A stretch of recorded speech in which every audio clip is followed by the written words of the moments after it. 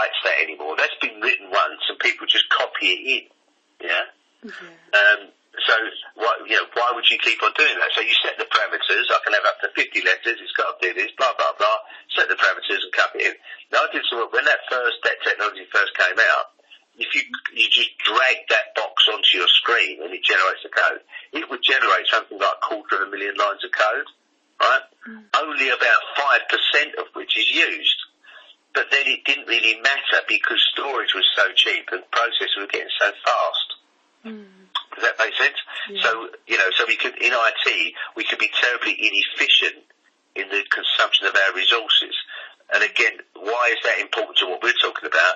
Because the need for knowledge tails off, the need for detailed information. We're de-skilling. Are you familiar with that term?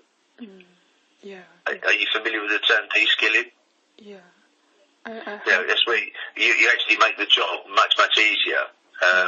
And that's what's happened in project management, I think, in IT. Anyway, we digress. Oh.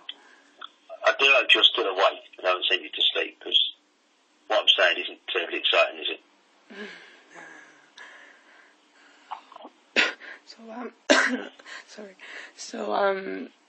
For the IT project manager, do they need to understand that the business needs like other area, or they just get these things done, then it's fine? Oh, that's the big question, isn't it? Right, so this issue comes up in project management all the time. It's domain knowledge, right? Yeah. If you go and find a project manager off a building site who's been doing the job for 20 years, right, he will have, or she will have, an immense amount of knowledge about construction, right? No question, which you can't not learn.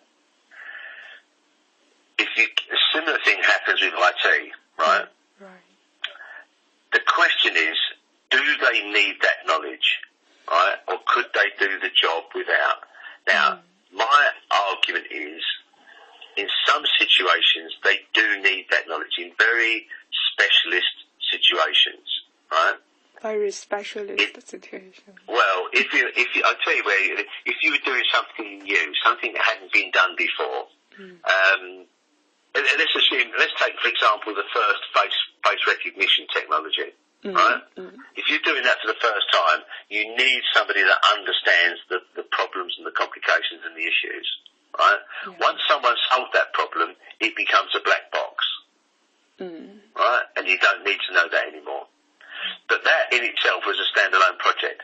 So now let's have, and this is actually something that's very close to my heart, because what frequently happens is the project manager comes in with technical knowledge and then starts to try and influence the technical decision process, and that is not the project manager's job. No, right? The project manager there is to make sure that all the deliverables, right, are clearly specified and are delivered to the required standard by the required date at the required cost, right? Now, there may be conversations between the project manager and the supplier saying, look, could we improve on this? Could we do that? But when you get the project manager saying, and I've seen it all the time, no, it should work like this, then the project is broken. Completely and utterly broken. Now, that is more likely to happen in IT than it will on a building site. The example I'll give you, I deal with solutions architects. You know, they're the people that pull the bit and do the design, as it were, right? They do the design, and then they will try and tell people how the support arrangement should work, right? But it's not their problem. They're not experts in support. Then it happens the other way around. The support person turns around and says, no, the system should be designed like this, right? No, sorry, not your job. If there's an issue, the project manager should facilitate a discussion between those two stakeholders and agree what the outcome's going to be, right? Too often, the project manager takes sides and then starts going down that route. Now, imagine, come back to my model of the building site. It's rather like the plasterer telling the electrician how to put the lights in. it would never, ever happen, right? Oh. The electrician will never tell the plumber how to put the bathroom in. It would never, ever happen because you've got this tradition of clear roles and responsibilities. In IT, that tends not to happen. And I would say, not tends to happen, it frequently doesn't happen. And of course that then is a function of the maturity of the organisation. And government organisations, in my experience, are far, far worse than commercial organisations. Oh. Does that make sense? Does that answer the question? Yeah.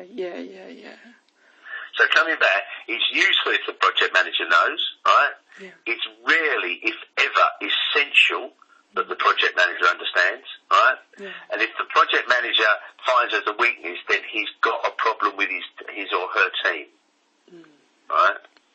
If the project manager hasn't got that knowledge in the team, then that's the problem. Not the knowledge, the resource, right? Right.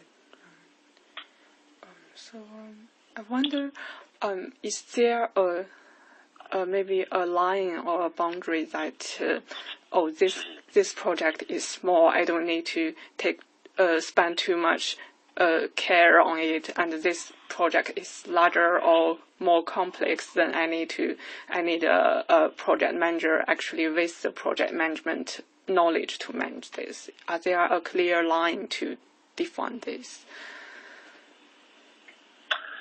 It's a good question. You see, again, the level of effort required and the level of knowledge required needs to be appropriate to the deliverable.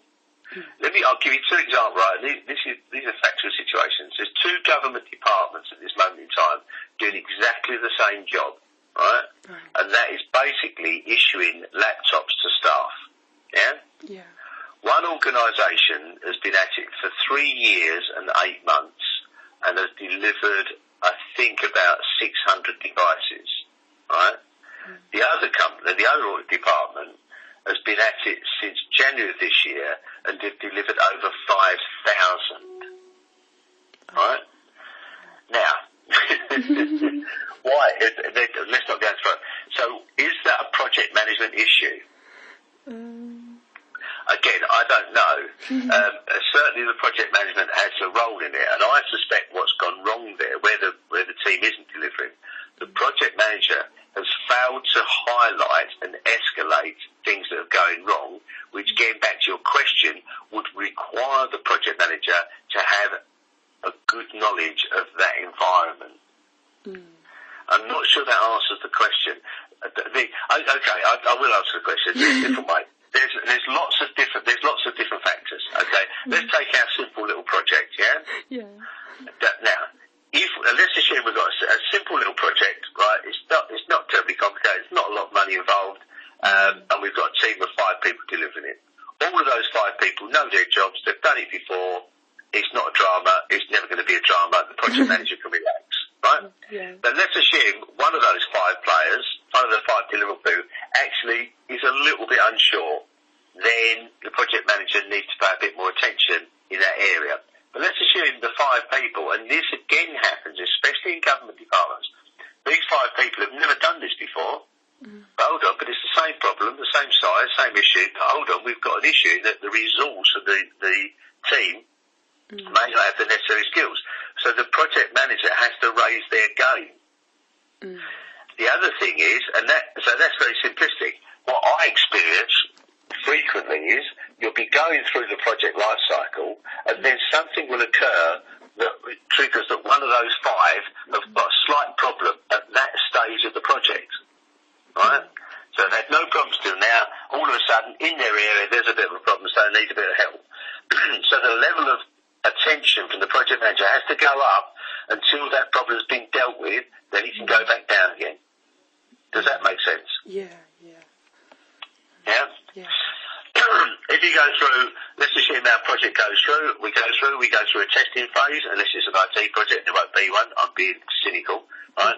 So they do the testing phase, everything's great, okay, fine, everyone can relax. So we do it again, on the next one, we do a testing phase and we hit a defect in the testing, right? Everything has to change. right? The